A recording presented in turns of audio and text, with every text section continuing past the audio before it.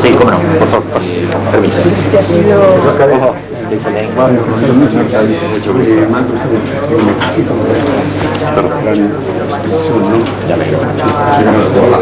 Y me alegro que haya hecho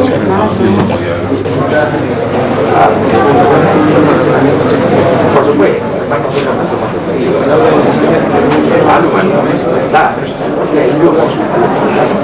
una suerte de ámbito un poquito más informado, más tranquilo, lo creíamos, está llenando, para que aquellos que tuvierais curiosidad o quisierais realizar preguntas, bueno, pudierais aprovechar, ahora es el momento.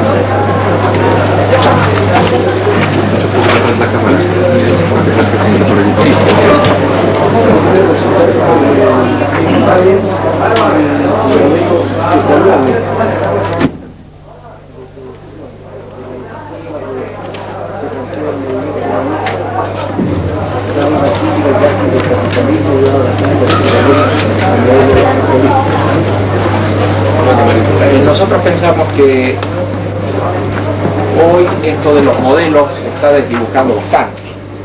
Se habla, por ejemplo, de un modelo neoliberal, un modelo de libertad de mercado, todo esto. Y sabemos que, por ejemplo, la libre contratación, la libertad de mercado y todo aquello en realidad no responden al planteamiento que se hace. Si nosotros seguimos, por ejemplo, los pasos del GATT y vemos los proteccionismos crecientes en distintas regiones y en distintos lugares, esto choca bastante, ¿no es cierto? La idea de proteccionismo con la idea de libertad de mercado y así sigue. Así que estos modelos que parecieran tan articulados y tan definidos no están resultando tan así, y hace que muchos de sus expositores precisamente asuman una actitud pragmática y digan, bueno, los modelos no son tan cerrados, sino que se trata de modelos abiertos y vamos adaptándonos según las circunstancias vayan cambiando. Yo creo que eso es más verdadero que la pretensión de presentar modelos terminados. En el caso del humanismo no hay ni siquiera el intento de establecer un modelo. El humanismo plantea simplemente una realidad que es el desequilibrio tremendo que existe entre el capital y el trabajo, y dice simplemente que hay que replantear esta temática. Hay que replantear esta temática, hay que ver en qué se basan las grandes diferencias que existen entre el capital y el trabajo, entre esa ganancia que mencionábamos antes y ese salario por el otro lado, y además hay que ver si el trabajo está en condiciones efectivamente de trabajar cogestivamente con el capital, es decir, que si está en condiciones además, nosotros creemos que sí, habrá que ver las circunstancias y los medios en que actúe, creemos que está en condiciones de también dirigir la empresa, no solo de participar de algunas ganancias reducidas, sino participar en la cogestión y en la dirección de las empresas. El humanismo obviamente habrá de desarrollar su teoría económica. Nosotros estamos presentando simplemente los lineamientos y estamos diciendo que es evidente que hoy el mundo está ya para discutir nuevamente la relación entre trabajo y capital, cosa que se ha dejado de lado, sobre todo después de la crisis sufrida en el mundo socialista. Parece que estas ya fueran verdades asentadas, donde el capital tiene un rol, el trabajo tiene un rol, existe un tipo de relación y esto no se mueve más. Nosotros creemos que hay que reconsiderarlo y hay que reconsiderar también la toma de decisiones a nivel empresarial. Pero no es mucho más nuestro avance, además no es esa nuestra especialidad, pero sí lanzamos la propuesta que seguramente va a ser desarrollada por gente conocedora de esto. No, los modelos terminados me parece que hoy no están funcionando. Y toda la controversia sobre el resultado en términos absolutos, bastante magistral, con una coherencia expositiva de gran altura, me ha parecido que, sin utilizar términos marxistas, está hablando constantemente con categorías marxistas. Entonces, pregunto si no hay un modelo cerrado, si hay que ver esas diferencias, si no están en la línea, por ejemplo, de una izquierda unida que está en ello, ¿no? Entonces, ¿qué diferencia había ahí para poder escoger? Bien. Le agradezco la consideración Y puedo comentarle lo siguiente sobre este punto, que me parece importante. No solo en mi exposición, sino en el pensamiento general de los humanistas de hoy, no existe ningún rechazo, de ninguna manera, todo lo contrario, tratan de asumir los avances que en su momento han hecho otras corrientes, se sienten tributarias de ellas y de ninguna manera piensan en rupturas históricas, porque además no sería posible. De manera que usted seguramente habrá escuchado que ahí flotan los trasfondos del marxismo, del anarquismo, de tantas corrientes que en su momento hicieron grandes aportes, y el humanismo a su vez no tiene ningún interés por presentarse como un pensamiento original. Es más, el debate que se esboza ahí entre los filósofos contemporáneos, como Sartre, Heidegger y demás, ellos no vienen del campo del marxismo, por ejemplo. Ellos vienen de la corriente de la filosofía de la existencia. Son existencialistas, casi todos ellos. Su método no es el método dialéctico, es el método fenomenológico. Y también usted habrá visto que en nuestra exposición hay mucho de eso. Claro que sí. Y no es que nosotros pretendamos hacer una ensalada con todo aquello. Nos parece que tiene su coherencia, tiene su estructura, pero de ninguna manera nos planteamos nosotros como un pensamiento original, lejos de pretender hacerlo, sino como una respuesta que pretendemos dar dentro de la medida de nuestra posibilidad, asumiendo a nuestros predecesores y además con mucho gusto. De otra manera nos dirían si pretendiéramos una originalidad, eso no se entiende. Y cuando explicamos las cosas con cierta llaneza nos dicen, ¿qué tiene de original? Es decir, estaríamos bailando entre una cosa y otra. Bueno, eso es lo que hace a la primera parte de su pregunta. En lo que hace a cierta toma de contacto con la temática política y en concreto con las elecciones próximas que se van a producir. Usted dice hay mucha proximidad a lo que puede plantear una corriente como Izquierda Unida. Me parece que sí, sí, hay mucha proximidad. Y yo pienso, por lo que he escuchado, que va a haber elecciones en un mes más y que debe estar ya la maquinaria muy aceitada y muy rápida. Yo pienso que los humanistas tendrán que tomar su decisión, pero esta decisión no tendrá que ser de último momento, tendrá que ser ahora, en lo inmediato. Pienso además que deben tener buenas relaciones con la gente de Izquierda Unida y otros partidos. No sé si el Partido Humanista aquí en España se va a presentar como tal, individualmente, o si va a ir una fuerza común. Yo no tengo más preguntas, pero compañeros... Sí. Yo le quiero preguntar una cosa. Sí. Yo he asistido con mucho interés a su conferencia y en realidad yo veo una contradicción bastante grande, ¿no? Y es que ustedes dicen que son humanistas, que tienen una ideología humanista, pero yo lo veo todo lo contrario. Entonces, voy a explicar. Es decir, la finalidad de su discurso es siempre la colectividad, es siempre las masas, es siempre, digamos, la finalidad de un grupo extenso, pero nunca se dirige precisamente al ser humano. El ser humano es el interior del ser humano. Voy a darle un ejemplo en el tema económico.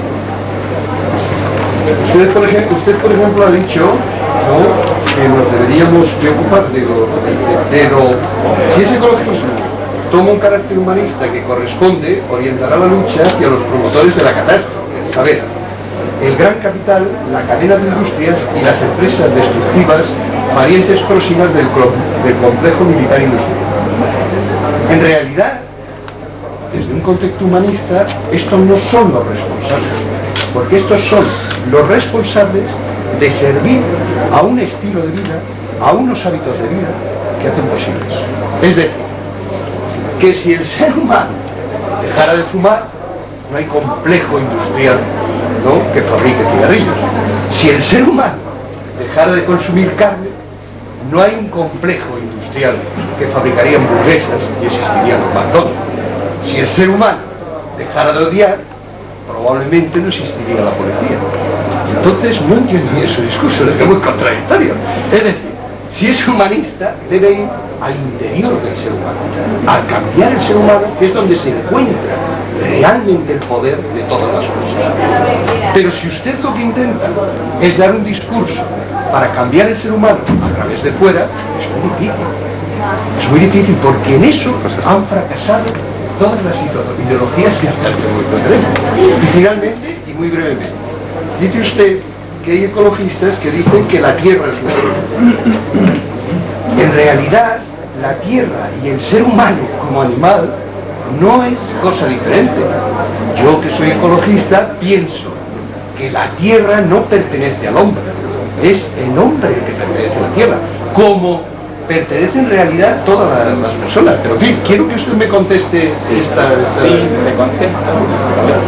No soy periodista. Tenemos un aviso de bomba de la comisaría Fuencarral. Vayan, si van a desalojar, quédense tranquilos y despacio.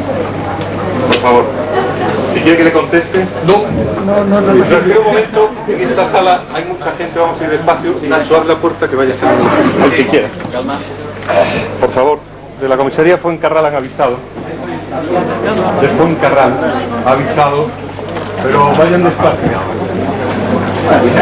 Parece que los humanistas son peligrosos. Es una interacción que en el humanismo siempre está presente, y que no es solo lo que piensa uno aislado. Este reloj es japonés, a lo mejor esos pantalones son filipinos, a lo mejor esa camisa es norteamericana, a lo mejor vivimos en un mundo cultural, recibimos influencia del medio que nos rodea, hacemos influencia sobre el medio que nos rodea. El individuo aislado no se ve como pudiera funcionar, ni lenguaje tendría. De hecho somos seres sociales y somos seres históricos. Entonces plantear esto de que uno solo puede modificar el mundo que le rodea nos parece una cosa desde el punto de vista teórico y desde el punto de vista práctico. Pero por supuesto es una opinión que yo respeto. Ahorra, entonces existirá mayor necesidad de mano de obra y mayor necesidad de procesos que no sean intensivos en tecnologías, sino intensivos en mano de obra. Y entonces, en ese sentido, por ejemplo, yo pongo las nuevas relaciones de empresas juntas en el mundo que se basan en decir, primero, nuestra empresa debe de dedicar una parte de los beneficios a la sociedad. Segundo, nuestra empresa debe de tener unas relaciones de producción con los empleados en que lo fundamental es que la gente se sienta feliz, haga lo que desea hacer y vayamos a los resultados que se logran. Y nuestra empresa no debe estar en contra del medio ambiente. Entonces, en este sentido, te vuelvo a insistir. Está sucediendo, tú ponías en duda, hace un momento decías, si miramos solo al individuo, no caen los complejos militares. Yo te digo, están cayendo. Es decir, ¿quién nos iba a decir ahora, hace 5 años, ¿no? Ahora, hace 5 años, que se iba a derrumbar el muro de Berlín, que el socialismo real se iba a derrumbar, que de pronto, bueno, con el tiempo lo queremos. Bien, pero te quiero decir que las cosas están sucediendo tan rápidamente y es porque se está produciendo un cambio en cada individuo que piensa ya cada día más en lo que nosotros tenemos en nuestro interior positivo que en lo que nos intenta alienar desde fuera, que nosotros debemos de tener. Y entonces en ese sentido yo se lo decía a Julio cuando venía a uno de tus personas aquí, yo le decía, Manolo, pero nosotros estamos haciendo eso. Y digo, pues si lo estáis haciendo, no lo estáis diciendo. O sea, no coincide lo que decís, en teoría, con lo de la práctica. Porque si lo importante del individuo... No vayas a creer que nosotros nosotros pretendemos acabar con el individuo o cosas semejantes. Al contrario, a nosotros nos importa mucho el tema del individuo. El tema está en que no lo podemos considerar al individuo aislado. No tenemos más remedio que verlo al individuo en relación. Por ejemplo, ese meritorio esfuerzo y además los resultados que me dicen que están obteniendo con esas empresas probablemente sigan hacia adelante y amplíen. Pero date cuenta que vas a tener que competir con un sistema lleno de grandes capitales, con una cosa montada que sigue en expansión, que sigue absorbiendo riqueza y que sigue deteriorando al ambiente, y va a ser bastante difícil tu desarrollo, por lo menos hasta cierto punto. Pero sí, tengo mis dudas, está bien. Es una rueda de prensa, deberíamos de dejar paso a otras que muy bien, pues, pero bien, pero está bien. No vayas a creer de ninguna manera que el individuo para nosotros no cuenta. Seguiremos hablando. Muy bien. Bien. Bueno, como decía por aquí, Miguel. sí, Miguel.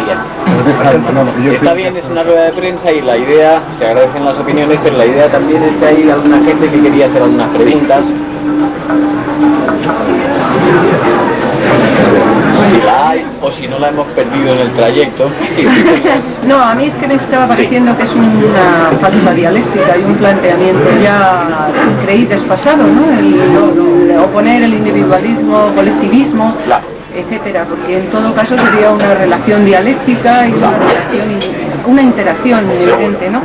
Y sobre todo, bueno, pues parece que se sigue todavía con los esquemas de decir, han caído el complejo militar industrial porque ha caído la Unión Soviética. De alguna manera Primero, caído. no es verdad, porque el complejo militar industrial en Rusia están enriquecidos y siguen y son los que han acaparado todos los bienes, con lo cual... Y además ya debería haber y ahora caído se el de están- Estados Unidos en relación a la supuesta caída de la Unión Soviética, cosa que no ocurre. Y tampoco ocurre. No. Y no va a caer tampoco. No. Porque ya se las arreglarán para hacer guerras Por de supuesto. pequeña intensidad o de alta intensidad para que no... La guerra del Golfo sobrevino después de la caída de...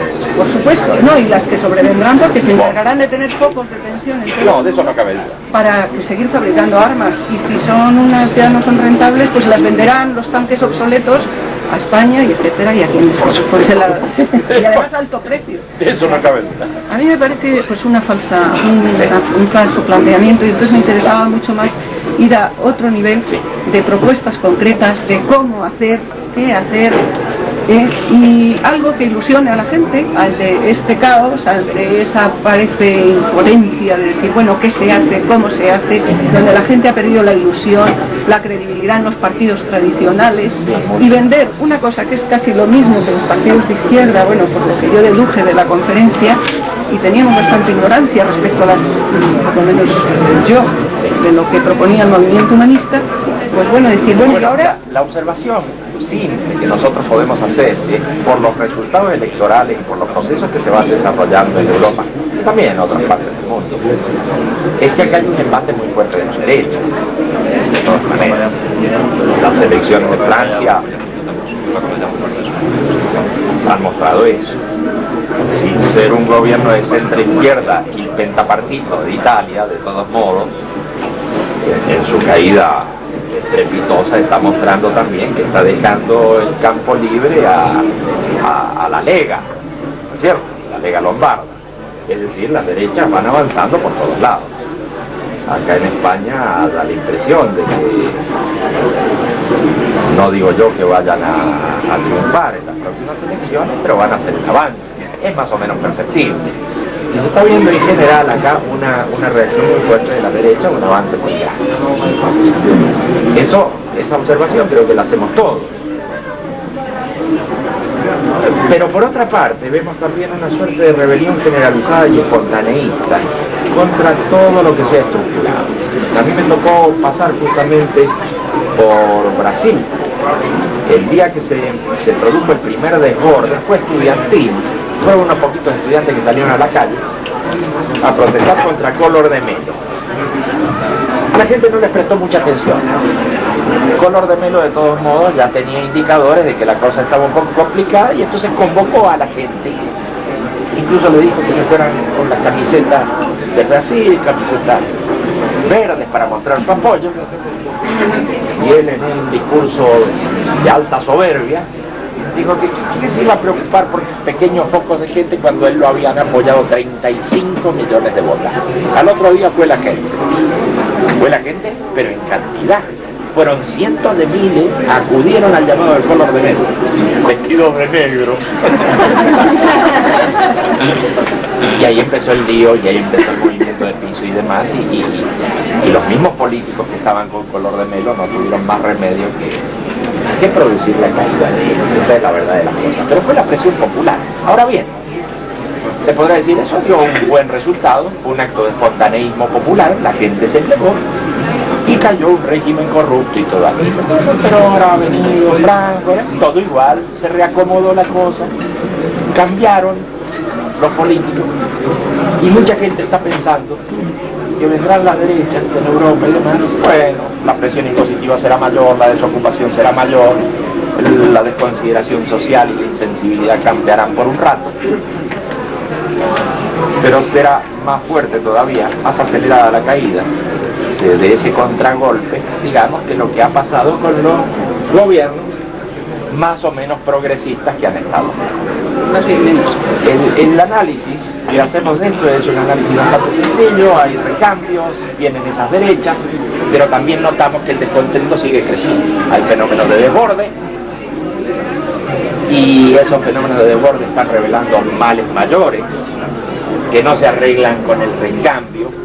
Esto nos parece que es como una cebolla, en donde se han sacado las capas más periféricas, pero donde el mal parece estar bastante más adentro, y habrá recambio, se volverá al caos, se la tomarán en Italia con Andreotti, seguramente tendrá mucho que ver con el tema de la mafia, con el tema de todo aquello, y bueno, y será el hombre que sacrifican sus propios compañeros, y bueno, vendrán unas ciertas derechas a ocupar el lugar que deje Inventa Partida.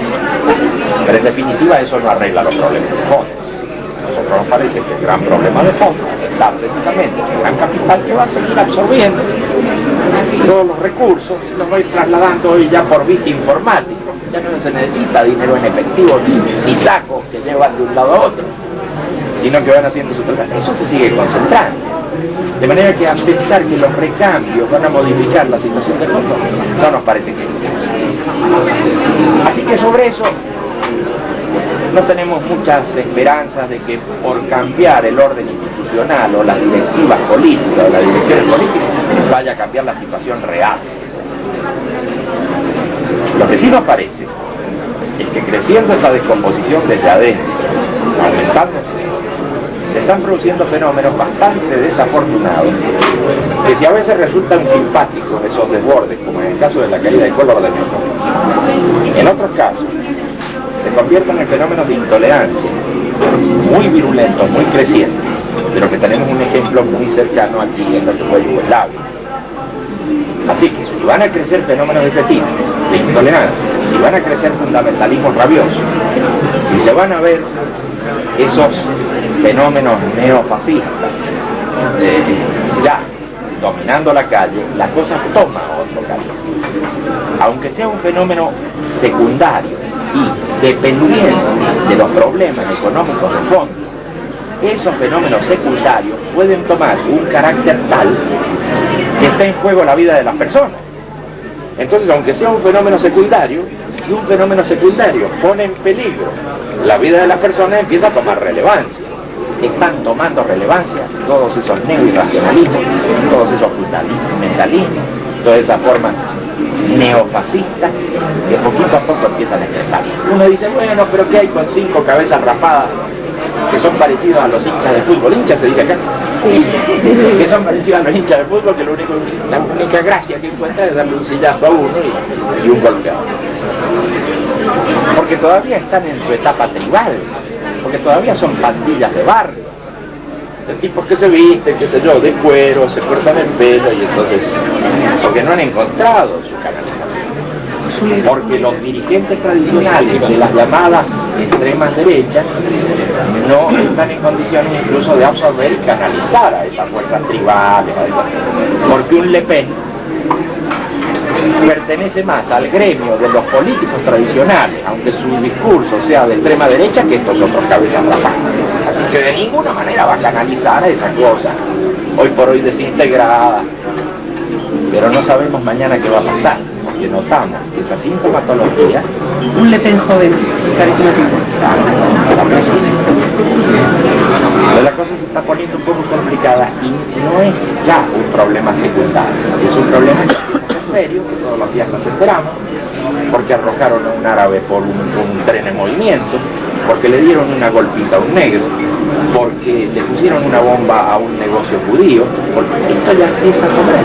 Bueno, un apunte. Entonces, la cosa se está complicando. Un apunte, en Alemania han muerto en este año más gente a manos de cabezas rapadas y violencia de esta, que todo lo que ha hecho la Baader-Meinhof en 20 años. A ver. Venía en la prensa bueno, es un dato. ayer. No, quería hacer una pregunta porque ya tendría... O sea que ya no es tan poco, ¿eh? ¿Cómo ves el movimiento verde en Europa? Que se caracteriza los partidos verdes. En Europa tenemos en este momento una cámara de partidos verdes, la influencia y qué motivos a tu entender hay que hay ese foso en este momento entre América y Europa en cuanto a coincidencia ecológica. Sí, porque yo creo que en las últimas elecciones ha resultado tan polarizado el asunto que el movimiento verde ha sufrido algunas decepciones, como en el caso de Francia y todo aquello.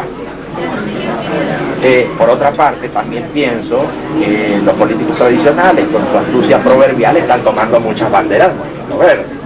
Incluso en algunos países ya hay ministerios prácticamente ecológicos. Entonces ellos toman ese discurso y lo sazonan, por supuesto lo desvían, pero quitan banderas. Así que eso yo lo tengo en cuenta. Me doy cuenta de que también los políticos tradicionales están apelando a las banderas del verde, sencillamente porque descubren una cierta sensibilidad de la población. Así que creo que ellos van a hacer un avance sobre los partidos ecológicos en ese sentido. Creo que van a manotear banderas, por un lado. Y no piensan ya como final que precisamente el pensamiento político moderno, la filosofía moderna, el pensamiento, el ecologismo, no puede consistir en la referencia de nuevo tipo que avance, que sea la única alternativa posible durante un tiempo. Creo que es posible tal cosa, avanzar en esa dirección. Sí, si creo avanzamos que en el proyecto, sí, me parece posible. Es posible que controlemos. Pero tendría que tendría que responder a la segunda parte de la pregunta, que fue las diferencias que existían en el movimiento europeo. Yo creo que se refieren a las situaciones que les toca vivir a los distintos pueblos. Estamos hablando por una parte de sociedades tecnológicamente avanzadas, con un buen estándar de vida y todo aquello, y estamos hablando en América Latina de sociedades con mucho atraso, muy desparejas, con muchos desequilibrios, muy desestructuradas, en donde la primera importancia que detecta cualquier verde en América Latina es la falta de trabajo, es la hambruna y es todo aquello.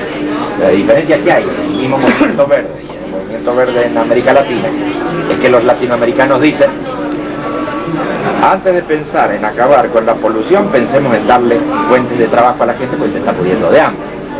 Y cuando los europeos vengan a decirnos: muchachos, cierren las fábricas porque llenan de humo el ambiente, nosotros le vamos a decir a los europeos: oigan, primero cierren la fábrica ustedes y después vengan a darnos lecciones. Esa es en esencia la diferencia que hay. No estoy diciendo que tenga razón un sector u otro sector, digo que las diferencias están dadas porque viven situaciones distintas. Entonces ellos interpretan, por ejemplo, cosas como esta. Se dice con mucha razón: bueno, se está afectando el pulmón del planeta, que es el Mato Grosso y todo eso. Pero ¿cómo lo siente un brasilero ecologista y demás? Lo siente como que, claro, ahora unos vivos van a venir a ponerle alambrados al Mato Grosso, a apoderarse de toda esa riqueza, a no dejar que los mismos brasileros intervengan ahí y a internacionalizar la región. Te cuento cómo lo puede pensar alguien de ahí y cómo lo puede sentir, aunque no esté diseñado en ese sentido, ¿no es cierto? ¿Pero crees que se puede universalizar la ecología política, la ecología económica como proyecto global de la humanidad? Creo que absolutamente. Para resolver un poco el problema de la nueva cultura, del aporte humano. Yo creo que sí, pero hay que hablar seriamente en otro nivel. Yo creo que sí, hay que pasar a otro nivel de discusión, porque el nivel anterior, bueno, claro, así son las cosas cuando comienzan, no ha sido suficientemente claro, pero en próximas etapas hay que iniciar otro nivel de discusión. Me parece que... ¿Perdón? Creo que hay que dejarse de mutuos resquemores y mutuas desconfianzas y todo aquello, y efectivamente reunirse la gente que se considere que tiene cosas que decir, citar a una especie de congreso general. Eso no será tan difícil de implementar. Cursar las invitaciones, es un tema técnico el que veo yo. pero efectivamente sin ningún tipo de restricciones ni de limitaciones a todos aquellos que quieran participar y dar su punto de vista sobre esta cosa. Si empezamos con los antepredicativos, con suponer que tal va a venir con una historia y tal otro va a venir con otra, estamos fritos. Si quitamos todos esos antepredictivos, sin ningún tipo de prejuicio, convocamos a toda la gente que cree que tiene cosas que decir, lo único que resta es que se produzca esa reunión y sencillamente empezar el diálogo. Yo creo que eso será un nivel muy distinto a cómo se han hecho las cosas hasta ahora. María, una pregunta. Que ahora en este momento puede ser un pasito, ¿no? Es posible, me parece posible, pero lo veo como un problema técnico. Lo veo como un problema técnico. No me refiero a movimientos de nada, me refiero a las personas. Sí. Yo lo veo como un problema técnico, que es un tema de organizar un tipo, hacer una convocatoria y organizar un tipo de reunión a donde gente venida de cualquier extracción y que sientan o crean que pueden exponer su punto de vista, darle plena acogida sin ningún tipo de prejuicio. Porque si empezamos con gente de derecha, el otro es de izquierda, el otro es marciano y el otro tiene fines inconfesables, creo que es posible, creo que está bien, creo que la gente ha madurado en uno y otro campo. Sí, ¿por qué no hacer el intento? Con cierta anticipación, ¿por qué no con varios meses de anticipación? Se va tomando contacto y se reparten invitaciones a gente de distintos grupos ecológicos, para que las repartan además no solo a grupos y subgrupos, sino a individuos que les parece a ellos pueden ser significativos. No tanto eso de que pueden ser representativos, porque acá todo el mundo es representante de todo, pero no tanto los representativos, sino los significativos, gente que pueda aportar puntos de vista. Si tú me hicieras ese congreso y me dieras a mí invitaciones, yo repartiría a 3 o 4 personas a lo mejor, y él a otro tanto, y así, que nos parecen que son significativos y tienen cosas que aportar. Por supuesto hay muchos más problemas técnicos, cómo sería el orden de tales reuniones, cuál sería el calendario, cómo sería la temática, pero creo que son cosas posibles de hacer. En definitiva mostraría una gran voluntad por iniciar la discusión. Creo que sería otra etapa. Y sería fantástico. ¿Y la desconfianza esa, cómo se articula? No, yo creo que conociéndose la gente. La desconfianza es inevitable hasta tanto la gente se conoce. La gente tiene que conocerse. ¿Perdón? En los vídeos que pueden salir en las propuestas de una reunión de ese tipo, cuando estamos hablando, si esa gente es del frente de Europa o del norte de Asia, de América, y es de Sudamérica, nunca se van a poder, la desconfianza del frente nunca va a poder. Claro que se pueden ponerse de acuerdo en puntos mínimos. Pero es que la gente que vaya a las propuestas que tenga, allí no tiene nada que decir. No. Allí o sea, el que haya una persona que vaya hablando de la protección de los animales, como la tenemos aquí, una sociedad protectora de animales, yo me imagino que a la GSLP no le debe de sonar a un chiste. No, que alguien aquí haga una cruzada contra que se maltrate a un perro. Claro, quiero decir que esas propuestas que se pueden hacer desde aquí, allí tiene que sonar como a chiste. Y eso Yo creo que es interesante hacer un esfuerzo por iniciar el intercambio y no solo pensarlo eurocéntricamente, en el sentido de que las propuestas se pueden hacer desde Europa. Yo lo veo más policéntrico, en el sentido de que todos hagan propuestas y la gente se reúne. Es posible. Por otra parte, no demandaría tanto esfuerzo y de fracasar no sería tan lamentable. fracasan las cosas más importantes. Exacto. Fracasa la uno Y todas las bueno, mañanas, todos los todas días. las tardes. Sin embargo, le ponen empeño. ¿Por qué no ponerle empeño a esto? Yo creo que es una cosa que vale la pena hacerse, siguiendo la opinión de acá del amigo. Como sociólogo, vamos, como humanista, me interesa en estos momentos el resurgir del capitalismo. Parece como si interesara, ¿sabes? ¿Perdón? Como si interesara, porque es que cuando resurge el fascismo, resurge no sé qué, es como si quisiéramos que surgiera eso para no, pregunto. Y lo que estamos observando es situaciones muy tristes en mucha gente que está siendo perseguida en todos lados. Es que no estaba yo, me han dicho claro. Estamos viendo situaciones muy tristes de la gente que está siendo perseguida en todos lados. A lo mejor Para muchos de nosotros podrían llegar a ser frases nada más. Pero cuando vemos que apalean a gente que pertenecen a un tipo de colectivo, cuando se meten a cada rato con gente, yo creo que hay que dar la voz de alarma. Porque si no vamos a hacer este tema de mejor nos quedamos callados, porque no vaya a ser que a fuerza de hablar se reavive la chispa. Eso ya está reavivado, ya se ha activado y está tomando fuerza. Por lo menos en nuestra percepción. En nuestra percepción, por lo que nos cuentan los amigos alemanes, los franceses y los de distintas partes, porque incluso en lugares como Argentina he visto un sondeo que, bueno, por supuesto lo ponemos entre paréntesis, donde el 18% de la población francamente es racista. Entonces, si estamos viendo ese tipo de cosas, se está complicando un poco. Bueno, el 18% se confiesa racista. Se confiesa. Que es...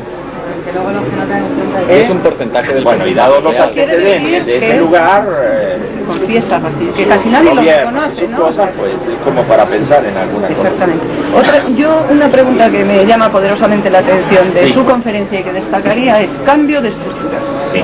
Porque yo creo que ahí está la madre del cordero. Todo lo demás es aleatorio, es accesorio, pero si no se mina la estructura que permite que todo eso se reproduzca. Ahí está el tema. Bueno, ahora, coincidirás conmigo en que las fuerzas progresistas están muy comprimidas actualmente.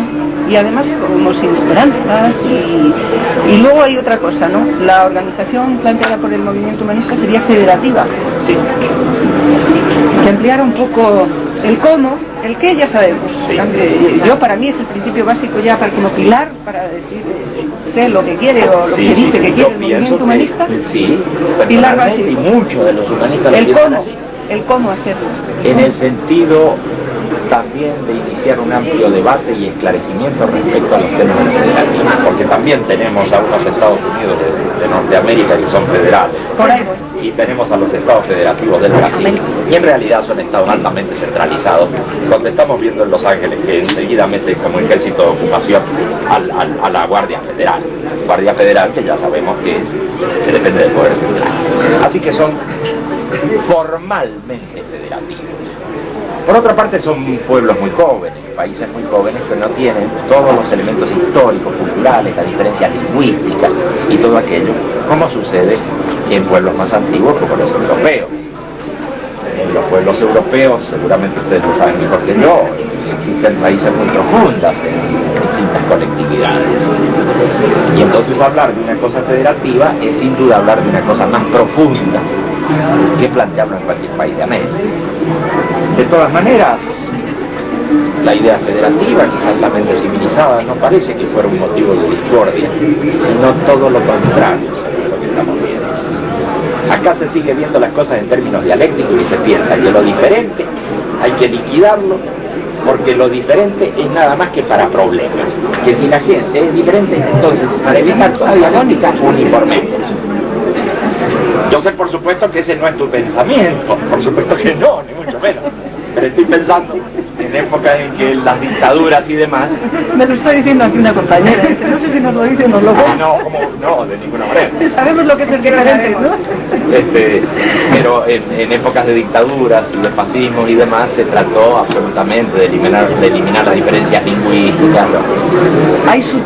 Ahora es más sutil. Ahora es más sutil.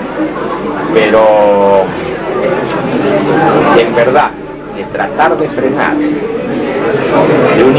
de uniformar, de regimentar a estas colectividades vivas y reales que existen, tratar de frenar su desarrollo, me temo que va a producir el efecto contrario. Me temo que va a llevar a situaciones de explosión. Así que todo esto es un tema sumamente delicado, pero es un tema que merece bastante reflexión y bastante acuerdo entre las gentes progresistas, ponerse de acuerdo, porque nos encontramos también entre la gente progresista con posiciones muy encontradas respecto a eso. Y no contamos con la ventaja de que suponemos que todos quieren tirar para adelante. Suponemos. Y entonces ya yo iniciaría las discusiones nada más que adentro de ese campo. empezar por ponernos de acuerdo sobre qué pasará con el tema de las regiones, las autonomías y todo aquello. ¿Qué concepción tenemos? ¿Tenemos la misma concepción con los amigos trotskistas y con los amigos del PC y con los amigos tal vez no? ¿Tenemos la misma concepción con la socialdemocracia? Tal vez no. Mejor nos sentamos a conversar también. Y ver puntos comunes. Y ver puntos comunes. Estamos en la vieja idea del acuerdo de los puntos comunes. ¿Qué es lo que planteaba yo recién hablando con este amigo ecologista? Ponerse de acuerdo. Aquí hay que empezar a conversar. Hay que empezar a conversar en serio. Sobre todo estas cosas. Mario, si tú te presentas... Perdón un momentito, nos están avisando de que hay otro montón de amigos que nos están esperando y yo... Pero es que nos están esperando allá, en el lugar ese. ¿Dónde queda? Canal de Isabel II. ¿Cómo está? Avenida Filipinas 54. Como a 20 minutos, 20 minutos. 20 minutos de ahí. Bueno, sí. Entonces era por centrar un poquito, y si os parece, alguna pregunta, pero habría tiempo como para una pregunta más. Yo te quería decir que como vamos de cabeza a unas elecciones aquí, Aquí en un mes. tienes carisma de líder. Si tú tuvieras un partido humanista, fuerte, ¿cuál sería tu programa para estas elecciones? ¿Qué presentarías al hombre de la calle? Pero te quiero decir en definitiva. Y yo tendría que conocer muy bien las necesidades reales que existen aquí. Tendría que conocerlas muy bien antes de largar un programa irresponsable, real. Te lo digo no para salir de espacio, sino por aquí. ¿Cómo vas a largar un programa sin atender a las necesidades reales que está padeciendo la gente en este momento? Es que esa es la Si estamos respuesta que yo hablando, quería. si estamos hablando de estamos hablando de Yo desocupación. eso de prometer sin saber no me Si gusta. estamos hablando de desocupación creciente y estamos hablando de recortes en la seguridad social y estamos hablando de problemas sanitarios y problemas médicos, tenemos que conocer en qué extensión están planteados ese problema y qué posibilidades reales hay de cumplir con lo que se dice. Ahí va. Así que ya ves, me has hecho una pregunta buena, pero yo no te he podido Pero responder. con doble intención, pero me has respondido, pero...